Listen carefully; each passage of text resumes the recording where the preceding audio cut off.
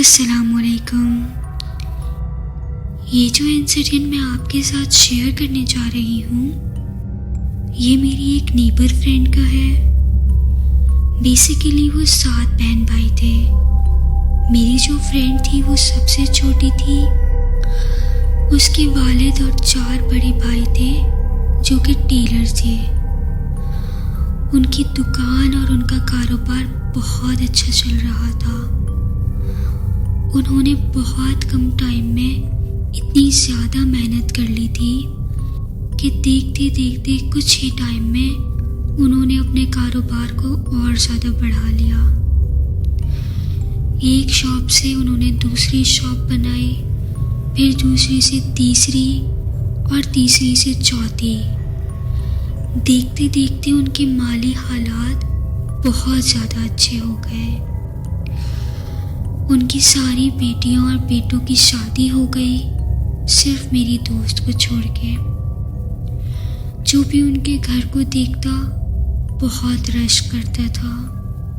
خیر ٹائم گزرتا رہا اور آہستہ آہستہ اچانک سے بلا کسی وجہ کے ان کا بزنس ٹھپ ہونے لگا۔ گھر کے حالات ایسے ہو گئے کہ ان کے پیسے غائب ہونے لگے۔ وہ کہیں پہ بھی اپنے پیسے رکھتے تو وہ غائب ہو جاتے تھے اچانک سے۔ الیکٹرانک اپلائنسز میں خود بخود آگ لگ جایا کرتی تھی۔ ان کی ایک بیٹی جو کہ شادی شدہ تھی، اس کو بھی ڈیورس ہو گئی اور وہ گھر پر آ کر بیٹھ گئی۔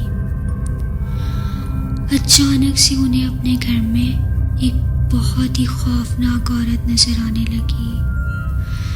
انہیں بہت ہی ڈر اور خوف محسوس ہونے لگا تھا اپنے گھر میں۔ وہ عورت زیادہ تر وقت ان کے والد کے روم میں ہی نظر آتی تھی۔ اتنا برا وقت آ گیا تھا کہ ان کا ایک وقت کا کھانا بھی مشکل ہو گیا تھا۔ پھر انکل جو کہ ان کے والد تھے، ان کو اچانک سے فالج کا اٹیک آ گیا اور وہ ٹوٹلی بیڈ پر آ گئے تھے۔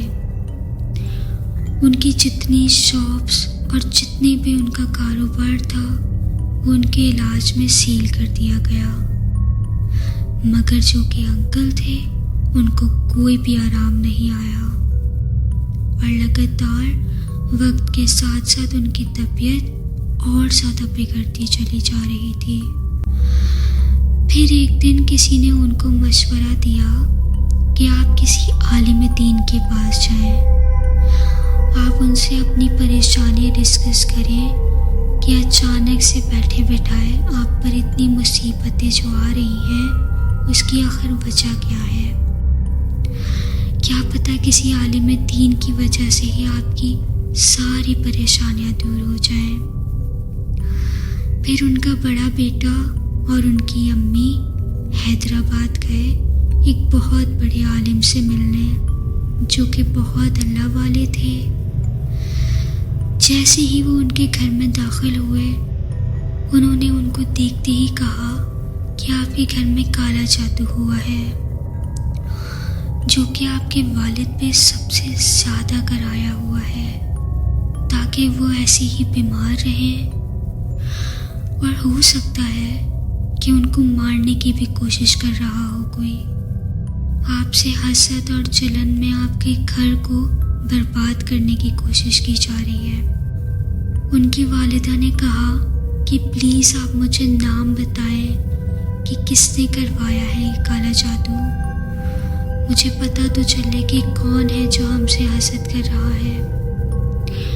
لیکن ان عالم دین نے کہا کہ ہم نام نہیں لے سکتے، نہ ہم بتا سکتے ہیں کہ وہ کون ہے، بس آپ اللہ پر بھروسہ رکھیں اور 5 وقت کی نمازیں پڑھیں، انشاءاللہ اللہ پاک سب کچھ بہتر کرے گا اور آپ کے حالات اور آپ کی مشکلیں دور ہو جائیں گی۔ لیکن آنٹی بار بار ضد کرے جا رہی تھی کہ آپ مجھے بتائیں کہ کون ہے جو ہماری خوشیوں کا دشمن ہے، کون ہے جس نے ہم پہ کالا جادو کروایا ہے جو ہمیں خوش نہیں دیکھ پا رہا، تاکہ ہم ان سے دوری اختیار کریں۔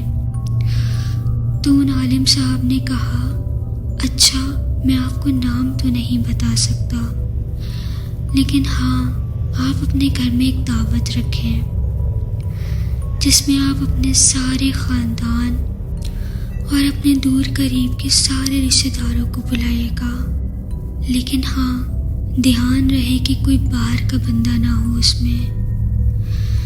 کھانے کے بعد اگر کسی کی طبیعت خراب ہو جائے تو مجھے اسی وقت کال کر دیجیے گا، میں فوراً آ جاؤں گا۔ میں بتاتی چلوں کہ وہ عالم دوسرے ہی دن کراچی آ گئے تھے جب وہ آنٹی ان سے ملنے گئی تھی۔ عالم دین سے ملنے کے بعد اور ان کے مشورے پر انہوں نے اپنے گھر میں ایک دعوت رکھی، بہت بڑی سی۔ انہوں نے سارے اپنے رشتہ داروں کو، دور قریب کے سارے ملنے جلنے والوں کو بلایا۔ جیسے ہی کھانا وانا کھا کے سب فری ہوئے تو سب کچھ ٹھیک تھا، کسی کی بھی طبیعت خراب نہیں ہوئی، سب کچھ ٹھیک جا رہا تھا کہ اچانک سے ان کی پھپھو کی بہت زیادہ طبیعت خراب ہونے لگی۔ ان کو بہت زیادہ وامٹنگ آنے لگی۔ وامٹنگ بھی کوئی عام نہیں، ان کو خون کی الٹیاں ہونے لگی تھی، اور پھر ایک دم سے ان کو اپنے گھر میں بہت سارے تعویذات ملنے لگے۔ پھپھو جو تھی ان کی حالت بہت زیادہ بگڑنے لگی اور غائب ہوتی جا رہی تھی۔ اتنی ہی دیر میں انہوں نے ان عالم صاحب کو فون کیا اور ان کو کہا کہ آپ گھر آ جائیں۔ عالم صاحب فوراً گھر آ گئے اور جن پھپھو کی طبیعت خراب تھی ان کے ماتھے پر ہاتھ رکھ کے کچھ پڑھنے لگے۔ جیسے ہی انہوں نے پڑھائی اسٹارٹ کری، ان کی پھپھو خود بخود بولنے لگی کہ ہاں میں نے اپنے بھائی پر سپلی کرایا ہے، میں اسے مارنا چاہتی ہوں، میں نے کرایا ہے اس پہ کالا جادو۔ ان کی حالت بہت بری ہو گئی تھی، اور پھر وہ کہنے لگی کہ مجھ سے برداشت نہیں ہوتا تھا کہ میرا بھائی پیسوں میں کھیل رہا ہے، میں حسد کی آگ میں اندھی ہو گئی تھی۔ خیر پھر ساری باتیں کلیئر ہوئیں تو انہوں نے بہت معافی مانگی اپنے بھائی سے، بہت روئیں، بہت دھوئیں، پیر پکڑے، لیکن نہیں، ان کے بھائی نے ان کو معاف نہیں کیا اور انہیں اپنے گھر سے نکال دیا اور سارے رشتے ناطے ختم کر دیے۔ پھپھو کا اپنے گھر آتے وقت اچانک سے بہت بری طریقے سے ایکسیڈنٹ ہو گیا۔ ان کے شوہر بھی ان کے ساتھ ہی تھے۔ ٹرک نے دونوں کو کچل دیا تھا اور دونوں کی آن دا اسپاٹ ہی ڈیتھ ہو گئی تھی۔ یہ سارا کا سارا انسیڈنٹ اور یہ سارا کا سارا واقعہ میری اپنی آنکھوں دیکھا ہے۔ اب ان کے حالات ماشاءاللہ سے بالکل پہلے جیسے ہو چکے ہیں الحمدللہ، لیکن اللہ پاک ہم سب کو ایسے ریلیٹیو سے محفوظ رکھے اور ایسے حاسد و فاسدوں کے شر سے اور حسد بھری نگاہوں سے دور رکھے، آمین۔ اپنا بہت سارا خیال رکھیے گا اور مجھے بھی اپنی ڈھیر ساری دعاؤں میں یاد رکھیے گا۔ فی امان اللہ، اللہ حافظ۔